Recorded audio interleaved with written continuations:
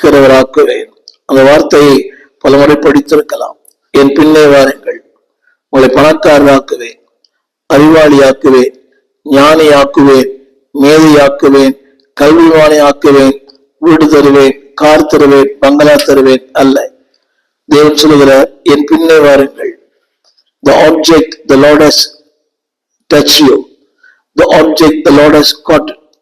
தேவன் உங்களை பிடித்த நோக்கமே அன்பானவர்களே, உங்கள் மூலமாய் என் மூலமாய் அநேகரை ஆண்டவர் பிடிக்கும்படியாய். அதற்காகத்தான் தேவன் உங்களை என்னை தொட்டார். எனவேதான் லூக்கா 22:32 சொல்லுகிறார், அதாவது நீ குணப்பட்ட பின்பு உன் சகோதரரை ஸ்திரப்படுத்து.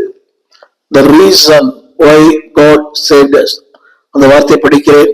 நீ குணப்பட்ட பிறகு ஒரு உண்மையான மனம் திரும்புதல் எங்கு வரும் என்று